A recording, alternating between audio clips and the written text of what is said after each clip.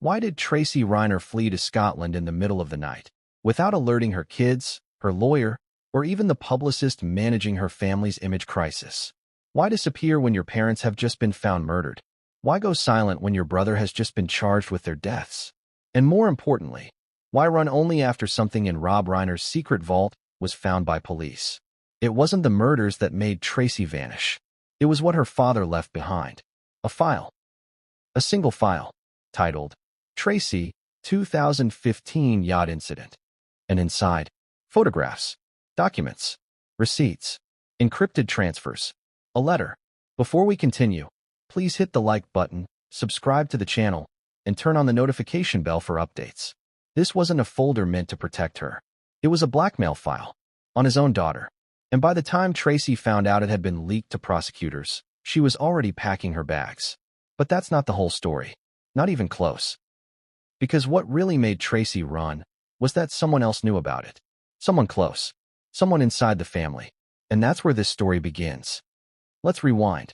Back to where this chaos erupted, in the wealthy, tree-lined suburb of Brentwood, Los Angeles. The kind of place where everything looks perfect, even when it's rotting underneath. On December 14th, at exactly 3:42 a.m., 911 received a disturbing call. A young woman, breathless, almost whispering, said the words that would ignite a national firestorm. They're dead. Both of them. I think I know who did it. That woman, Romy Reiner, 27, the youngest daughter of the legendary filmmaker Rob Reiner and his wife, screenwriter Michelle Singer. The they she referred to? Her parents. Rob Reiner, 78. Michelle Singer, 70. Both found in their Brentwood estate. Stabbed.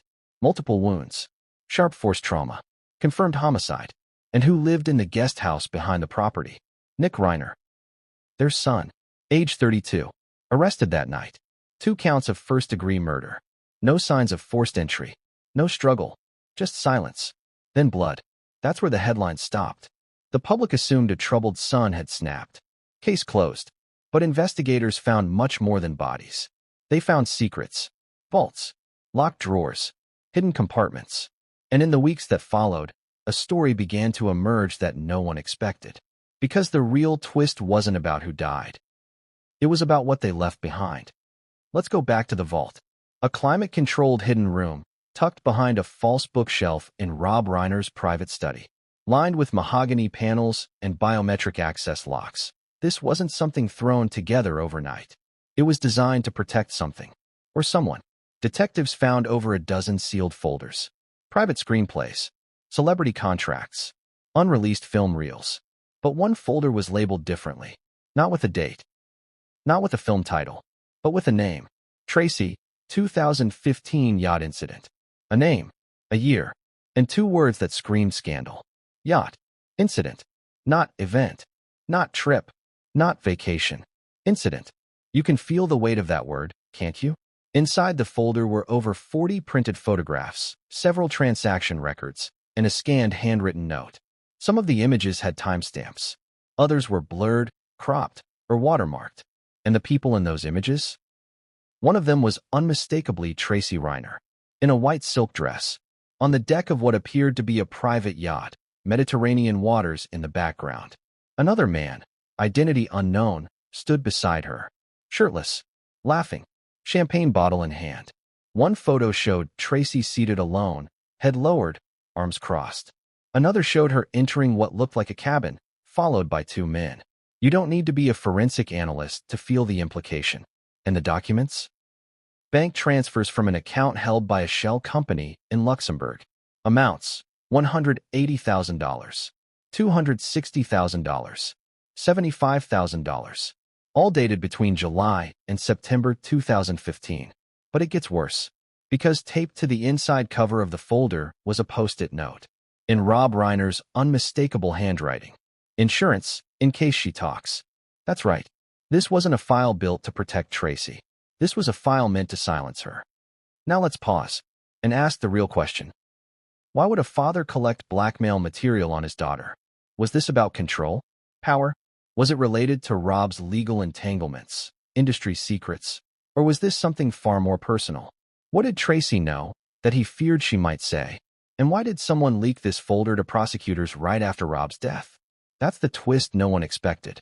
Because initial reports suggested that the vault was found days later, during a legal estate search. But internal sources suggest something more chilling. That vault had already been opened months ago, and the person who had access? Not Nick, not Michelle, but someone with quiet access to the house. Someone no one was watching. Romy. You see, Romy Reiner had always lived in the shadows of her famous family. While Nick publicly battled addiction and Tracy appeared in interviews and red carpets, Romy was the quiet one, the good daughter. But behind the silence was a storm brewing. Online sleuths discovered that in the weeks leading up to the murders, Romy had been active under an anonymous Reddit account discussing toxic families, buried evidence, and burning vaults. One post stood out. What if the villain in your story raised you, protected you, and still planned to destroy your sister? That post, dated 2 weeks before the murders. Coincidence? Or confession? And now we come full circle, back to Tracy.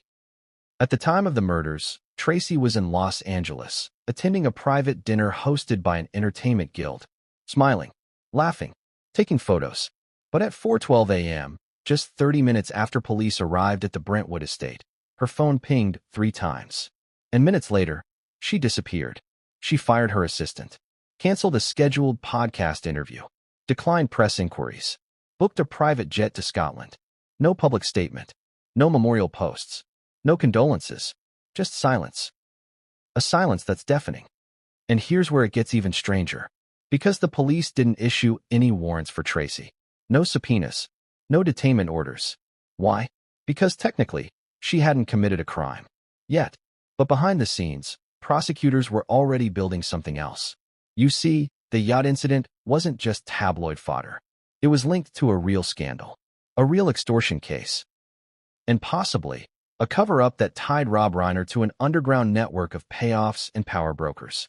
And Tracy? She wasn't just a potential victim. She was, allegedly, part of it. So what do we have? A murdered Hollywood legend. A vault no one was supposed to find. A folder filled with photos and payments. And a daughter who ran, not because she was guilty of murder, but because someone wanted her name buried along with her father's body. Now, the question isn't just what happened on that yacht. It's who kept the blackmail alive after Rob was gone. Because as it turns out, someone else had a copy of that file. And they didn't keep it locked away in a vault. They gave it to the court. And what came next would change everything. What happens when the most private vault in a $13.5 million home is cracked open, but the real explosion happens miles away, in a courtroom? December 14th didn't just mark a brutal double homicide. It marked the moment the Reiner family's darkest secrets were no longer contained. Police expected chaos when they responded to the 911 call. But nothing, not even decades of homicide experience, prepared them for what they walked into that night on Bristol Circle. A-list neighborhood, gated property, motion-triggered lights, high walls. Everything screamed security. Everything screamed wealth. And yet inside the mansion, it was as if the world had stopped breathing. The first responders didn't enter through the main door. They came in through the back patio, guided by the woman who had made the call, Romy Reiner. She was barefoot, her eyes bloodshot, her fingers trembling. She didn't scream. She didn't cry. She whispered, "They're in the library." Police noted later how odd it was, how specific she was. She didn't say, "They're hurt." She didn't say, "Help them." She said, "They're in the library." The officers swept through the rear entrance, kitchen, hall. Then, there it was. Rob Reiner's body slumped over the antique Persian rug, face down, a trail of deep red across the hardwood floor. One arm extended, as if reaching for something. A phone, a weapon, or someone. Michelle was nearby, just feet away, collapsed at the foot of a tufted armchair, her silk blouse soaked through. No signs of a struggle, no overturned furniture. Everything looked peaceful until you saw the wounds. Michelle had 9 stab wounds to her torso. Rob had 7, all focused on the upper back and shoulder blades. The coroner's report would later confirm multiple sharp force injuries, likely inflicted within 3 to 5 minutes. No hesitation marks. This was not a frenzied attack. This was deliberate, precise, close, the kind of violence that doesn't come from a stranger. Now here's where things start getting bizarre. Because Rob and Michelle had a top-of-the-line security system. Keypads at every entry point, motion sensors, pressure pads under the hallway runner, and most importantly, cameras. But when detectives reviewed the footage from that night, every single camera feed from inside the house was black, not disabled, not offline, deleted, wiped between 2:11 a.m. and 2:14 a.m., just 90 minutes before police arrived. Coincidence? Or cleanup? And who knew how to do that? That's where Nick Reiner enters the picture. At approximately 4:12 a.m., just 30 minutes after the 911 call, police headed to the guest house behind the estate. A modern bungalow-style annex. 2 bedrooms. Full kitchen. Private entrance. The kind of space most 32-year-olds would dream of. But Nick wasn't dreaming. He was already awake. He answered the door before officers even knocked. Wearing pajama pants.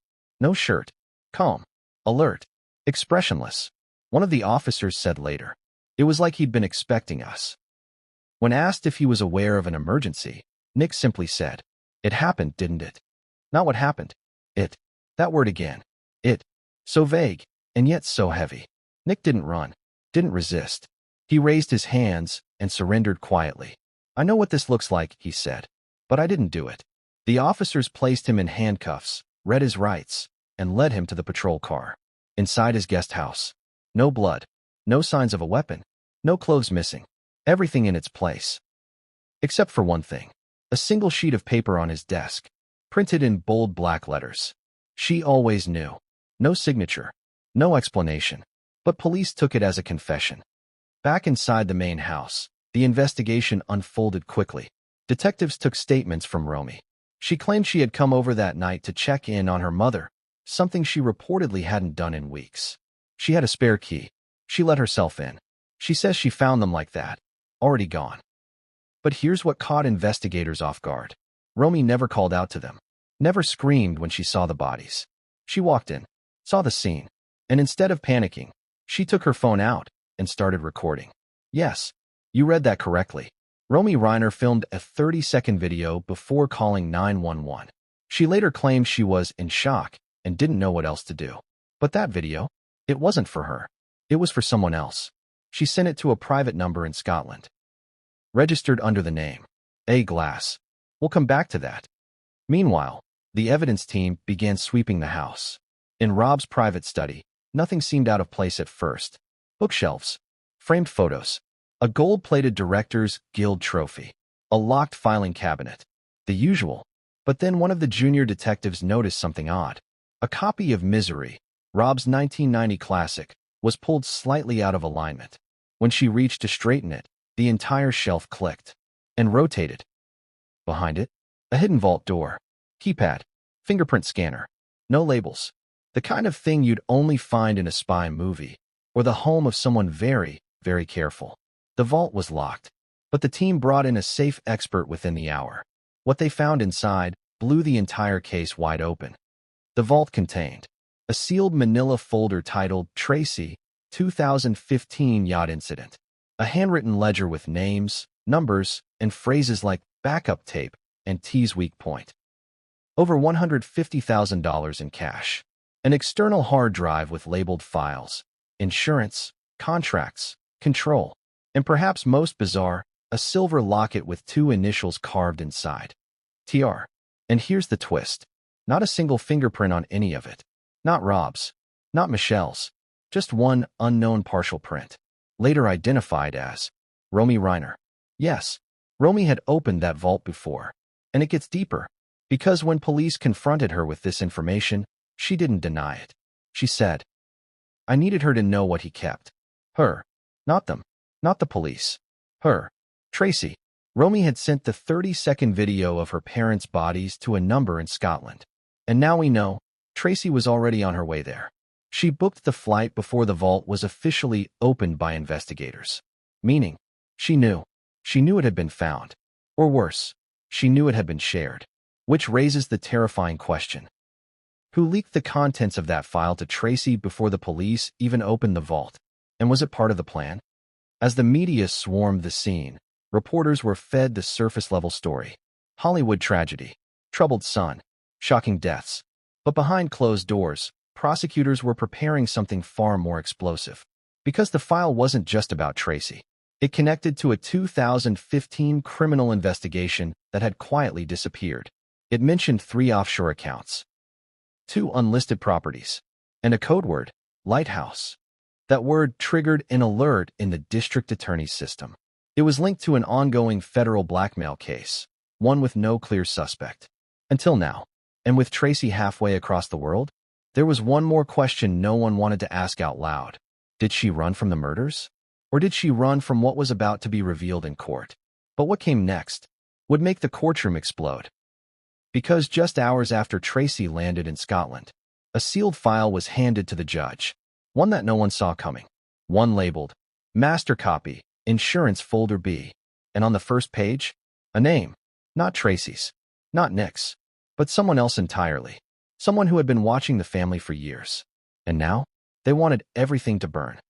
What kind of father keeps a file labeled Yacht Incident on his daughter and hides it in a biometric vault behind a bookshelf? What kind of legend uses his own child's pain as leverage? And why now? Why after his death? Did that file reappear in court, in pristine condition, with an extra page that wasn't there before? The police found it by accident. But someone else? They made sure it was used. Because this file wasn't just a family secret. It was a ticking bomb. And now, we're opening it. Let's go back to the crime scene for a moment. After the bodies were removed, and Nick was in custody, and Romy had gone silent, the detectives began cataloging Rob Reiner's personal effects. And then they reached the study, the room he called his sanctuary. That's where they discovered the rotating bookshelf.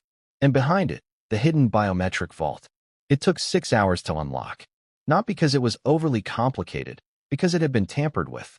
The fingerprint reader was smeared. The keypad had scratches. Someone had tried, clumsily, but intentionally, to get in without triggering the internal alarm. But that's not the part that raised eyebrows. The real shock came when they finally opened the door. Inside were stacks of manila folders, most labeled with film project names. Stand By Me, 4K Restoration. Misery, Uncut Version. Castle Rock Dev Slate, 2013. But one folder didn't match the rest. It was old, worn, bound with a faded red string. The handwriting was jagged, almost aggressive. Thick black marker across the front. Tracy, 2015 Yacht Incident. Detectives paused, stared. This wasn't a film project. This wasn't even labeled like a legal file. This was personal, extremely personal. And inside, a mix of items that felt like they belonged in a courtroom or a ransom envelope. Let's break it down. The contents of the folder, in order of how they were cataloged. 37 printed photographs. Most dated July 2015, timestamps in the metadata. Tracy aboard a luxury yacht off the coast of Sardinia. A series of shots show her in increasingly compromised situations. Dancing with an unnamed man. Entering a cabin arm in arm with a second. A blurred shot through a window where Tracy appears unconscious. 3 international bank wire receipts, totaling just over $500,000, sent from a Cayman Islands trust account linked to Eagle Claw Holdings. Recipients' names redacted, except one, T. Reiner. A 1-page handwritten note. Likely Rob Reiner's writing. Content. She never learned discretion. Always emotional. Always reckless. If this leaks, it won't be her that pays. It'll be me. Insurance until I die. Signed only with the letter R. A silver flash drive, labeled simply, 2015_video_cut 1.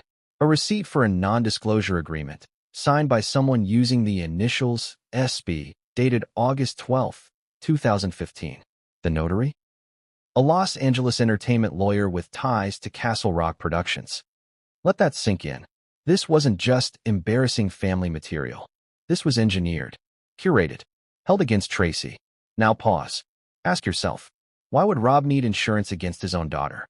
What happened in 2015? And more importantly, why was this file never turned over during the 2016 yacht scandal investigation that mysteriously disappeared from the news overnight? Because yes, that scandal was real. There were whispers of it online at the time. Brief mentions in obscure gossip blogs. A post on a now-deleted celebrity blind item forum.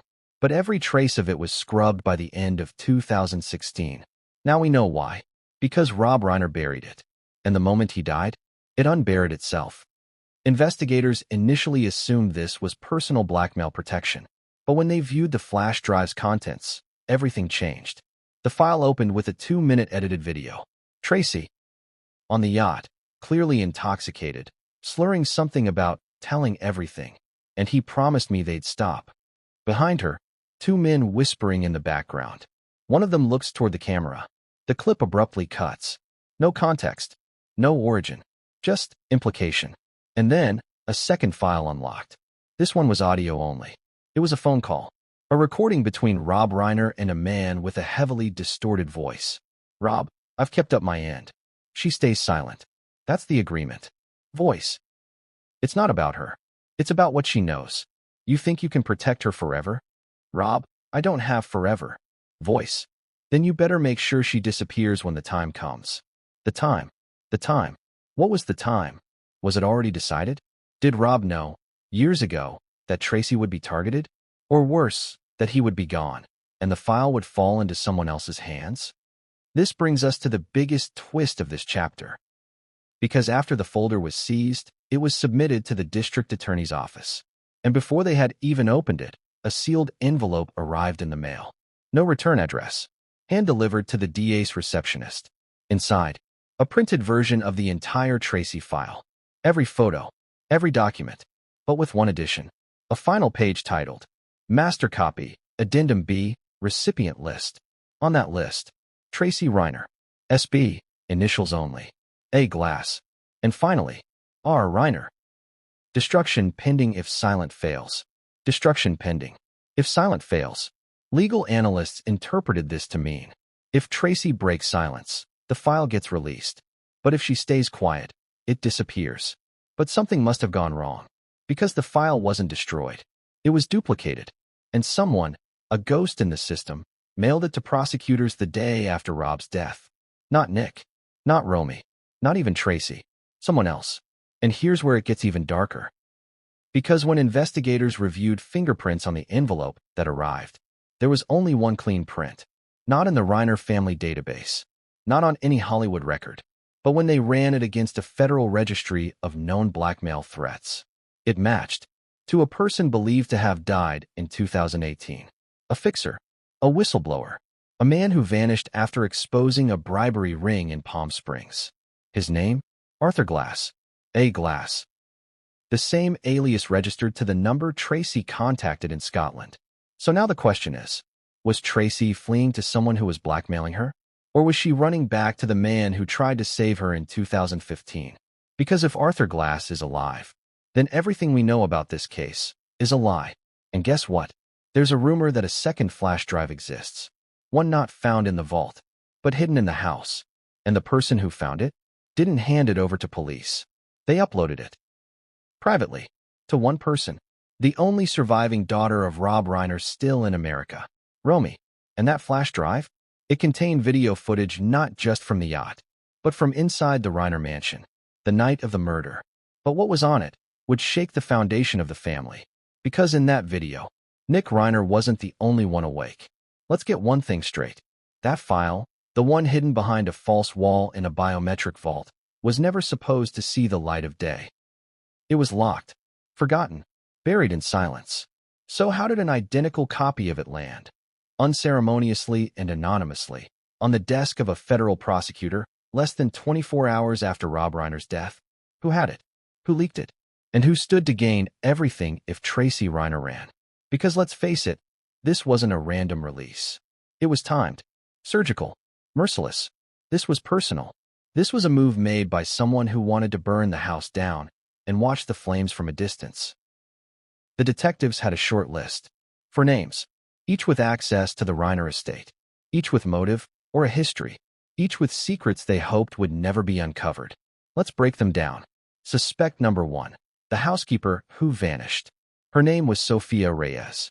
She'd worked at the Brentwood mansion for 7 years. Quiet, devout, never late. But 5 days before the murders, she quit. Abruptly. No notice. No explanation. She told a friend, something's wrong in that house. I'm not staying. Then she disappeared. Credit cards canceled. Phone turned off. Her apartment in Van Nuys? Cleaned out. Gone. Detectives pinged her last known location, San Diego Airport.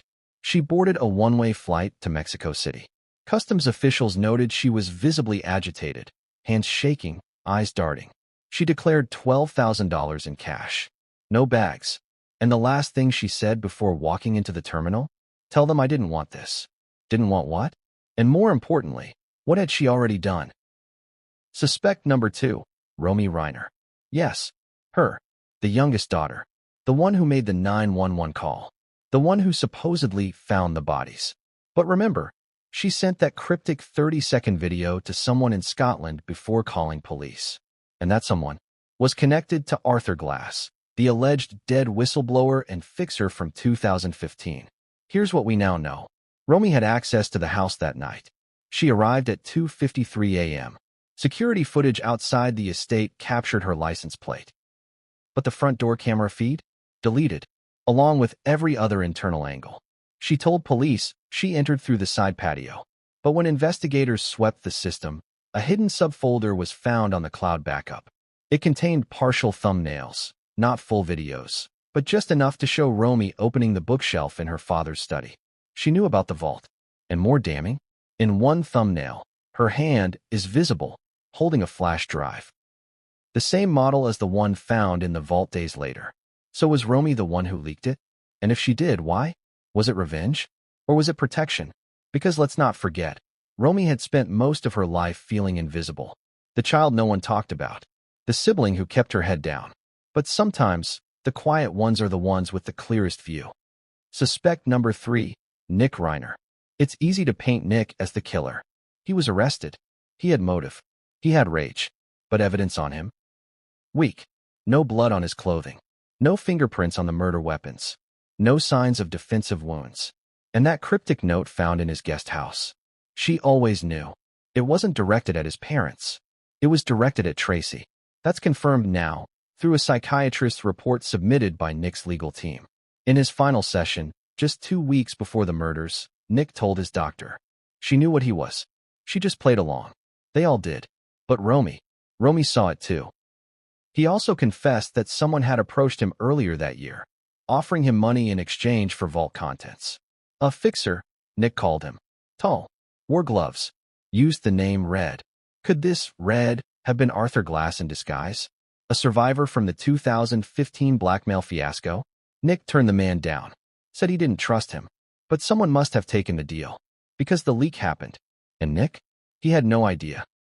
That's why, according to his attorney, he went still when told about the envelope that arrived at the courthouse. They mailed it, he said. They actually did it. Almost like he never thought it would happen. Almost like someone else promised it never would. Suspect number 4, Tracy herself. Yes, we have to go there. Because what if Tracy leaked the file herself? Think about it. What's the best way to make yourself look like a victim? Make the world believe you were targeted. Make them see the file, see the trauma, the humiliation, the betrayal. A perfect deflection. Now add to that the fact that she fled the country the moment the file appeared in court. Not before. Not after. The moment. According to travel logs, Tracy's jet left Burbank Airport at 11:21 p.m. The envelope was time-stamped by the district attorney's office at 11:19 p.m. 2 minutes apart. Too perfect to be coincidence? Maybe. Unless she was fleeing from someone else who got ahead of her. Someone who beat her to the punch and forced her hand. But here's the problem. The envelope that arrived at the courthouse wasn't the only one. A second envelope was discovered a day later in a mailbox outside the Los Angeles Times. Identical contents. Same addendum page. Same recipient list. But this version included a 5th name, scrawled in ink across the bottom. RR3, Stop Playing Dead. RR3, Rob Reiner III? No, that title doesn't exist. But analysts believe it may refer to Romy Reiner.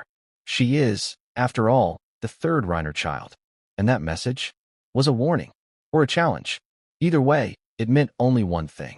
Someone out there believed Romy had more to say. And now for the final piece. Because as the investigation unfolded, a curious thing happened. A Netflix producer came forward. He claimed that Rob Reiner had once pitched a docuseries in 2019, one that would expose corruption in Hollywood. But the pitch had a strange condition. Only one person could narrate it, Tracy, and only one episode would be shot first, titled Yacht Culture, Truth and Myth. The pilot was shot. Tracy interviewed several anonymous women. She even sat down with a foreign ambassador who spoke, off record, about entertainment extortion networks. But then the project vanished, buried, archived, until last week, when a hard drive containing the pilot footage was anonymously delivered to that same Netflix producer. No note, no return label, just a post-it on the front that read, "This is what he was afraid of." So now ask yourself, was the blackmail file the whole secret? Or was it a preview? Because if that docuseries was ever meant to air, Rob would have had enemies. Big ones. And Tracy? She would have had a target on her back. Unless she took control of the narrative first. By leaking the file. By disappearing. By letting everyone else burn. But what happened next made all of that look tame.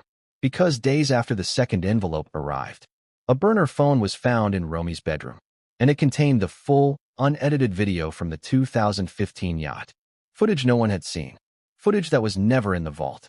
And when authorities pressed play, the face that appeared on screen wasn't Tracy's. It was Michelle's. How do you respond when your worst fear, the secret your father held over you for a decade, explodes into the public eye overnight? Do you deny it? Do you fight it? Or do you run? Because that's exactly what Tracy Reiner did. But it wasn't just panic. It wasn't just fear. Her exit from Los Angeles wasn't some impulsive escape. It was strategic, choreographed, calculated, as if she knew this day would come, as if she'd been preparing for it all along.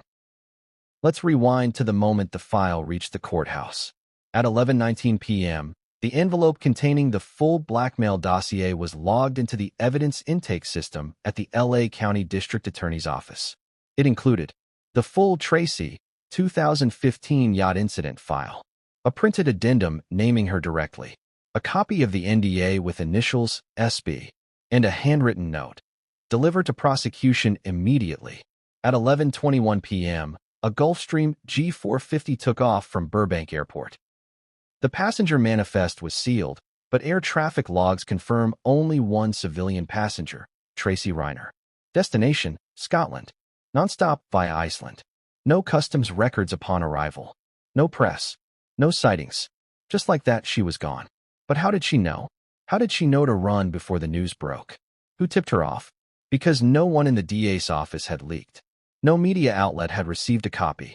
There was only one way Tracy could have known. Someone inside the system warned her. And whoever it was, they had access to both the file and the clock. Sources close to Tracy say she was attending a private fundraising dinner at the Peninsula Beverly Hills that night. Photos confirm she arrived in a dark navy gown, smiled for photographers, and sat at a table between a television executive and a human rights lawyer. Elegant, composed, not the behavior of a woman who was about to be outed in a high-profile blackmail scandal. But around 9:47 p.m., things changed. Witnesses say her phone buzzed. Once. She looked down, and her entire demeanor shifted. She stood, walked out of the ballroom, left everything behind. Her purse, her phone, her wine glass half full. Gone. Within 20 minutes, she was en route to the airport. And at 10:38 p.m., her name was quietly removed from an upcoming panel appearance at the Santa Barbara Film Festival. This wasn't shock. This was activation. A preloaded plan. A playbook. One source called it a kill switch protocol.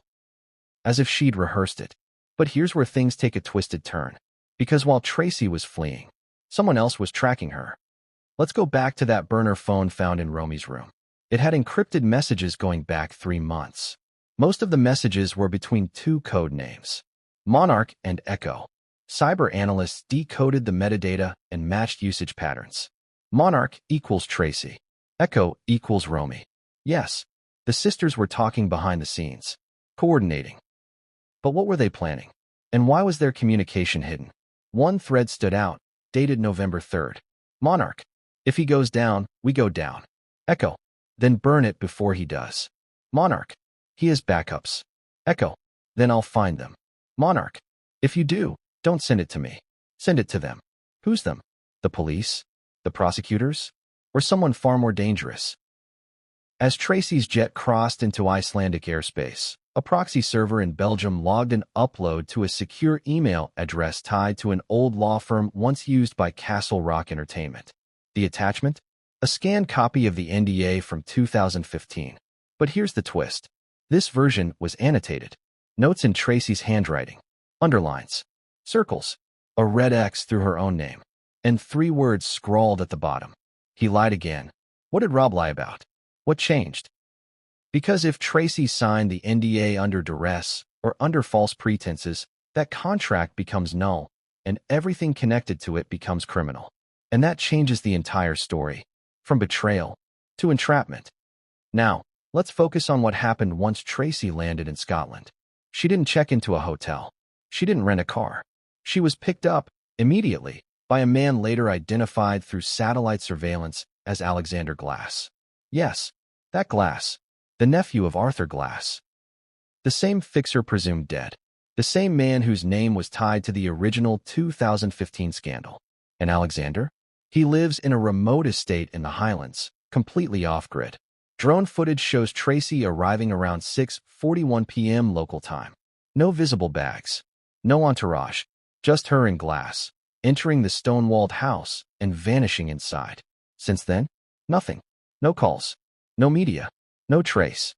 Except one postcard, mailed from a small village in Perthshire. No return address. Stamped with a red X. The front? A lighthouse, drawn in pencil. The back? We never stop seeing the truth once the light hits the water. The card was sent to Romy Reiner. She never mentioned it to police. But a photograph of it was leaked on a private Discord server frequented by true crime sleuths. That postcard contained a code, coordinates, leading back to Los Angeles. Specifically, to the office of a now-retired entertainment lawyer who represented both Rob and Tracy in 2015. And inside his archive, a backup hard drive, sealed in a fireproof case, labeled simply, Cassandra. The hard drive contained documents, correspondence, audio memos, and one chilling video file. Tracy, in her mid-40s, tear-streaked, sitting in a hotel room. The video was time-stamped 3 days after the yacht incident. She's holding a phone. He told me this would fix everything, she says. He said if I played along, it would go away, that they'd take care of it. But it's not going away. And now he wants me to sign the papers. I didn't ask for this. I didn't want this. She looks off-screen. Whispers. If you're watching this, it's already too late. The screen cuts. That file was never sent to prosecutors. Until now. Because someone, possibly Romy, forwarded it to the DA with a timestamp from Tracy's Scotland arrival. Which means, Tracy might have sent it herself. Not to confess, but to shift the crosshairs. To expose her father.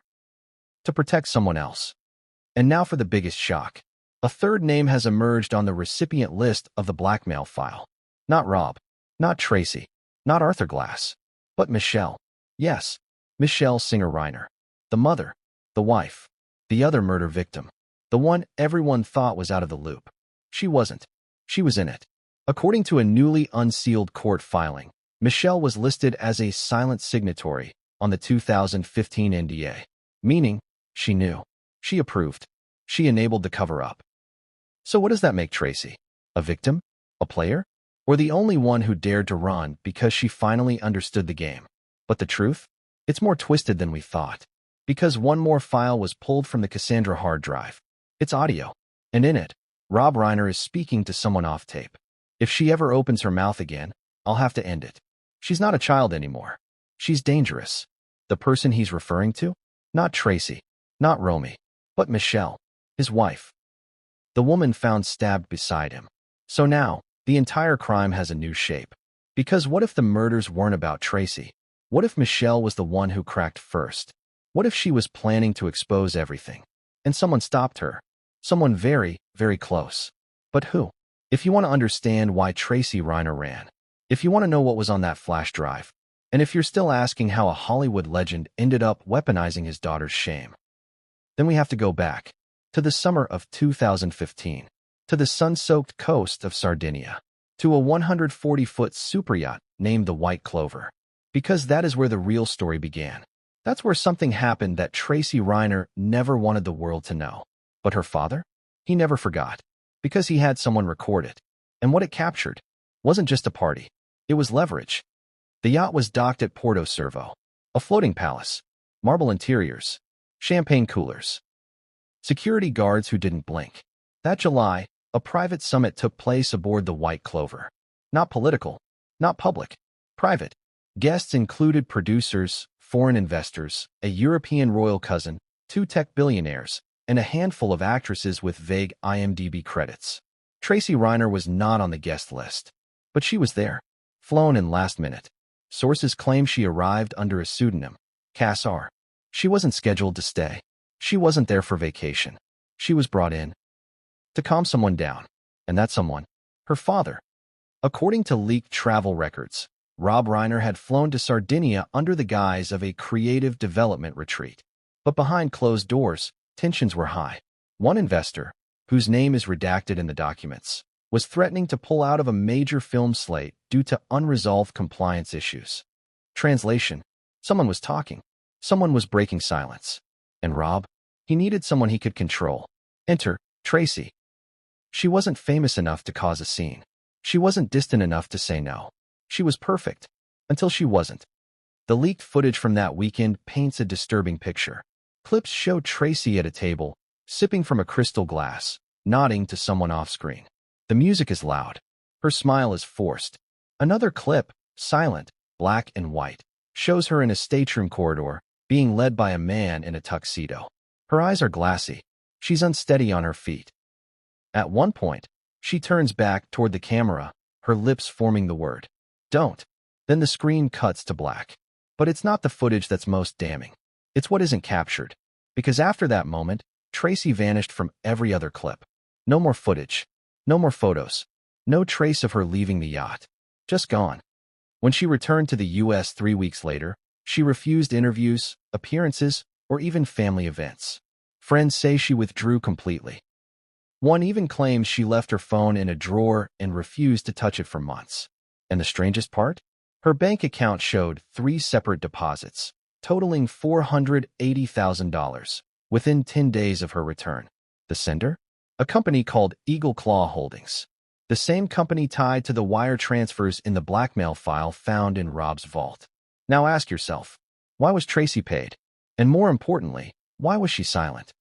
Here's where things get even more disturbing. In 2016, a whistleblower submitted an anonymous tip to an LA-based watchdog group. The email included blurry stills from yacht footage, a PDF of what appeared to be an NDA, and a line that read, "She was coerced. The cameras were insurance. There are tapes. There are backups." That tip vanished. The IP was traced to a library in Prague. No follow-up. Until now. Because that exact still, the one showing Tracy looking into the camera, surfaced again. This time, in the Cassandra hard drive. Filed under a folder called Debt. And beneath the image, an audio file. Tracy's voice. He said I owed him.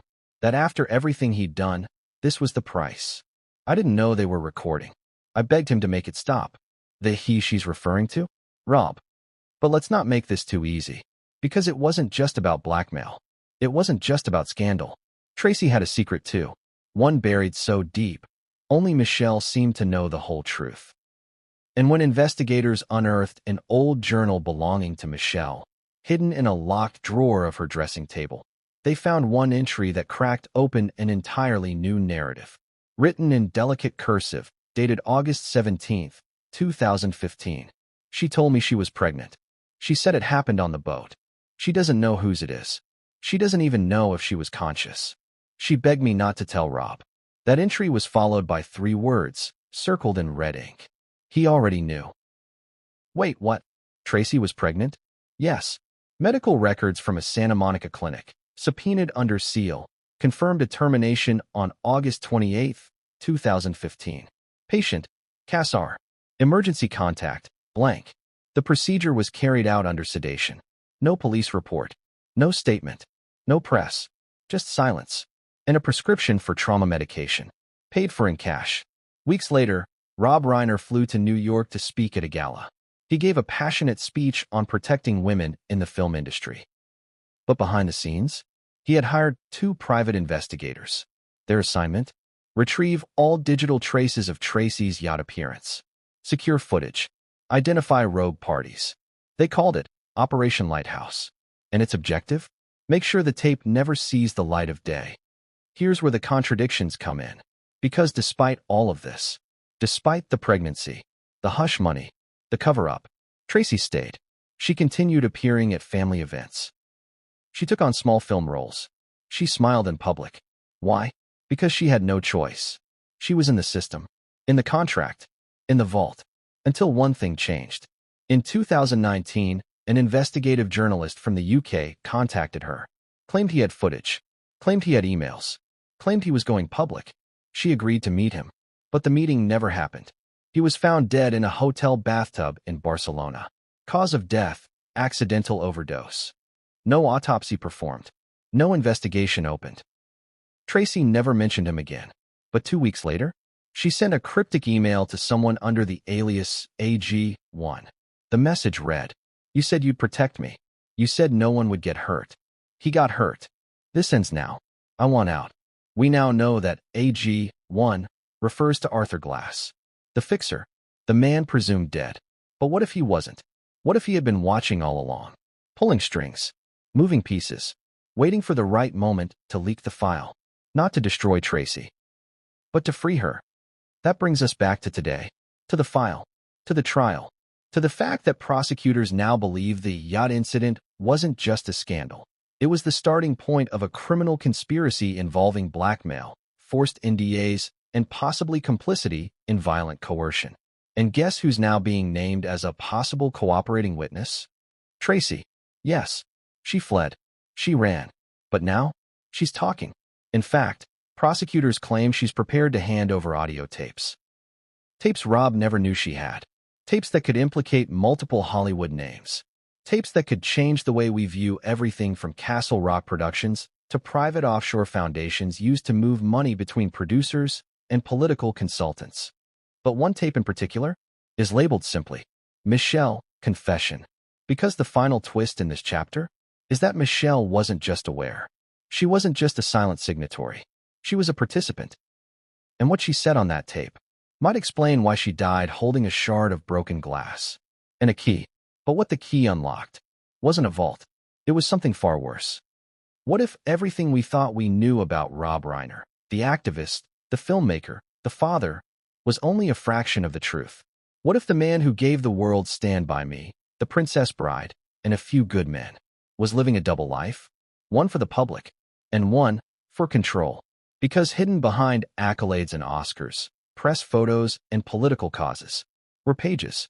Pages not meant for anyone's eyes but his. Not studio notes. Not screenplays. Journals.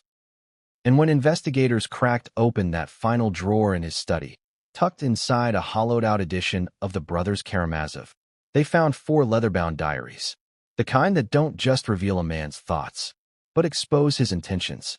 And what they revealed wasn't just obsession. It was orchestration. Let's talk about how the journals were found. At first, the team combing through Rob Reiner's study thought they were done. They had cataloged the vault. They had recovered the digital backups. They had already sent the Tracy file to the DA's office. But a young forensic tech, just 25, straight out of UCLA, noticed something strange on the bookshelf. A copy of Dostoevsky's The Brothers Karamazov, its spine slightly warped. He pulled it down. It was hollow, and inside, a small key, a yellowed envelope, and the first of 4 journals. 3 more were discovered in similar hiding spots, behind a panel in the fireplace, inside a violin case under the guest bed, and perhaps most chilling, taped to the back of a framed portrait of the Reiner family from 1993. This wasn't accidental. This was intentional. This was a man documenting something he knew could never be found, unless he was already dead. Each journal was filled with notes. Some days chronicled industry gossip. Others reflected on politics, enemies, fears of being exposed or undermined. But the bulk of the entries focused on family. And not in the way you'd expect. Because this wasn't a man reflecting on fatherhood. This was a man controlling a narrative, constructing power over his own blood. Take this entry from May 22, 2015, months before the yacht incident. T still believes she's free. But she has no idea I know about Can. She doesn't realize how much I've protected her, or how much damage she could do if she spirals. Might need to secure footage. Insurance, not just for her sake, but mine. Insurance. That word again. Used just like it was in the blackmail file. But here's the twist. The footage he's referring to hadn't even been captured yet. He wrote this before the yacht scandal, as if he was anticipating it, as if he had set it up. Other entries are more cryptic. July 6, 2015. They'll be on the water by noon. The guest list is clean. If Glass does his job, this will be over in under 48 hours. Tracy doesn't need to know who's filming. It's better if she doesn't. That sentence. Tracy doesn't need to know who's filming. So Rob knew a camera would be there. He planned it. And Glass, as in Arthur Glass, was he just a fixer or something else? A handler? A producer of blackmail? Was Rob manufacturing the very scandal he claimed to be protecting Tracy from? The deeper detectives read, the darker it got. One entry, undated but estimated from 2016, was titled simply, "Weakness equals leverage." Underneath, he listed the names of each family member, and next to them, a single sentence. Nick, addiction, controlled by access to funds. Use withdrawals to maintain behavior. Romy, wants to be seen. Give her attention, then take it away. Repeat. Tracy, needs to be needed. Use guilt. Remind her she'd be nothing without me. This wasn't parenting. This was psychological profiling. Weaponized empathy. And in the margin, scrawled in red ink, control doesn't look like control. It looks like rescue. But it wasn't just about Tracy. Michelle was all over those pages too.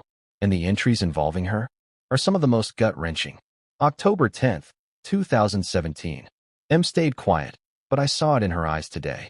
She read the letter. She knows what happened on the boat. She won't leave.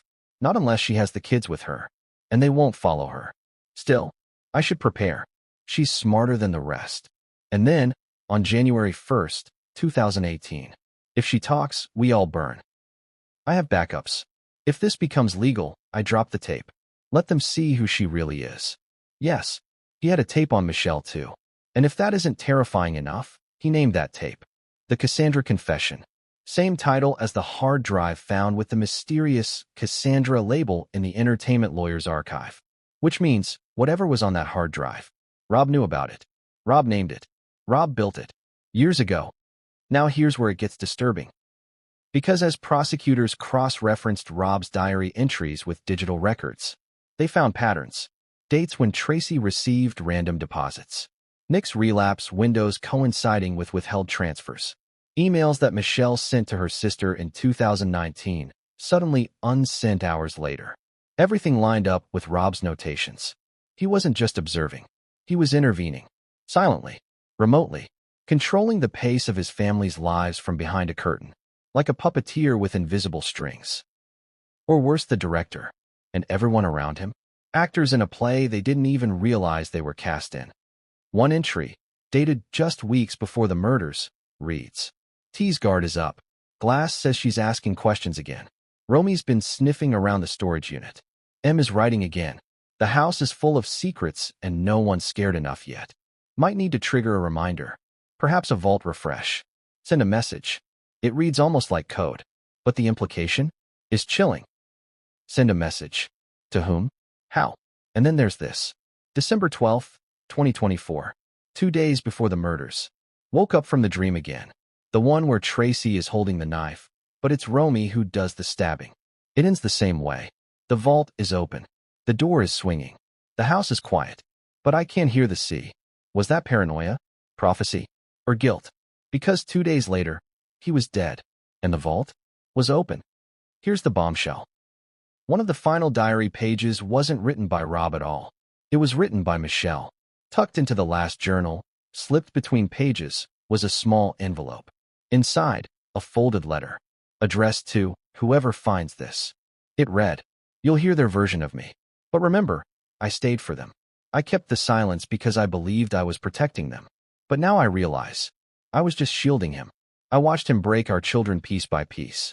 Nick, Romy, Tracy. They all carry scars they can't see. And I let it happen. Because I was afraid of being the first to say it out loud.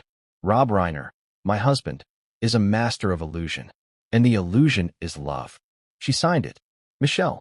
So now the question is, if Michelle left this note, if she knew everything, and if she was preparing to testify or reveal something, did someone stop her? And was that someone Rob? Or one of the kids trying to silence the past before it exploded? Because one more detail has just surfaced.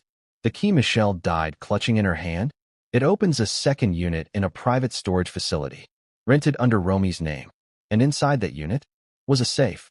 And inside the safe, a bloodstained dress. Not from the yacht. Not from 2015.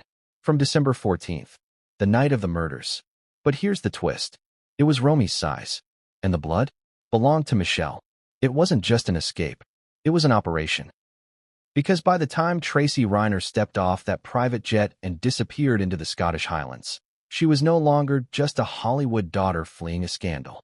She was a key to a vault of secrets even her father hadn't fully controlled. And someone, somewhere, wanted her silenced before she turned that key and opened everything. But they were already too late. Because by the time the world found out what Rob Reiner left behind, Tracy had already made contact. And who she contacted was a ghost. Let's rewind to the jet. The Gulfstream G450, tail number redacted in public FAA logs, took off from Burbank at 11:21 p.m. It was leased under an LLC named Fallow Heights, a shell company traced back to a Luxembourg law firm. The same law firm tied to Eagle Claw Holdings, the company responsible for funneling hush money after the 2015 yacht incident. Coincidence? No. Tracy didn't just flee using any plane. She used a pipeline her father once controlled. Only now it was hers. She flew alone. No assistant. No luggage scanned. No customs declaration on landing. At 3:04 p.m. Greenwich Mean Time, the jet touched down at Inverness Airport. A black Range Rover was already waiting. No plate on the front. Tinted windows. Two men stepped out, but only one approached her. Alexander Glass. Who is Alexander Glass? On paper, a mid-level IT consultant, property owner, and registered sheep farmer. In reality, nephew of Arthur Glass, the fixer presumed dead since 2018. The same Arthur Glass who coordinated Operation Lighthouse, who handled Rob Reiner's vault logistics, who allegedly recorded every camera angle aboard the White Clover. And if Alexander was waiting for Tracy, it means Arthur is alive. And if Arthur is alive, then someone was pulling strings all along. Not for Rob, but against him. Surveillance footage from Inverness shows Tracy getting into the back of the Rover without hesitation. She doesn't speak. She doesn't look back. The vehicle heads west, away from the coast, toward a vast, wooded estate known as Glenshade. The property isn't listed under Glass's name. It's held in trust by a foundation called the Nereus Fund. That name had never surfaced in the investigation. Until now. Because 2 weeks prior to Rob Reiner's murder, a large sum, $2.1 million, was wired from a Castle Rock-related account into that trust. Reference line, Vault B, activation. Vault B. There was never supposed to be a second vault. But apparently, Rob wasn't the only one building archives. Let's talk about Glenshade. Drone footage from local investigators shows a walled estate spanning 22 acres. It has a main manor with iron shutters, 3 underground garages, a satellite dish larger than most military installations, and, most curiously, a greenhouse with heat shielding. Satellite records show no lights on inside the home, but thermal imaging tells a different story. Rooms are lit. People are moving. Tracy stayed in the manor for 7 days. Then, she vanished again. No public roads. No airport. No CCTV trail. Gone. Until a letter surfaced. It arrived at the LA courthouse via courier. Wrapped in oilskin. Addressed simply to D.A. Nelson, eyes only. Inside, a single Polaroid. A handwritten note. A burned CD. The photo? Tracy, standing at a stone archway, holding a flash drive. The note. If you're reading this, then you're ready to hear it. My name is Tracy Reiner. I was recorded, blackmailed, and silenced. I am not asking for mercy. I am offering the truth. What comes next will not only destroy my family, it will dismantle the system that created them. I am not safe, but I am not alone. No signature, just the initials, TR. And the CD? It contained only one audio file. A scratchy, sometimes distorted voice memo. But the voice? Unmistakably Rob Reiner. She thinks she's clever, running off to glass. I gave that man everything. He forgets who built his network. But if she hands him the copy, if she opens Vault B, then none of us walk away. Not me, not M, not SB, especially not the senator. The senator, the first mention of an active government official, someone powerful enough to be included in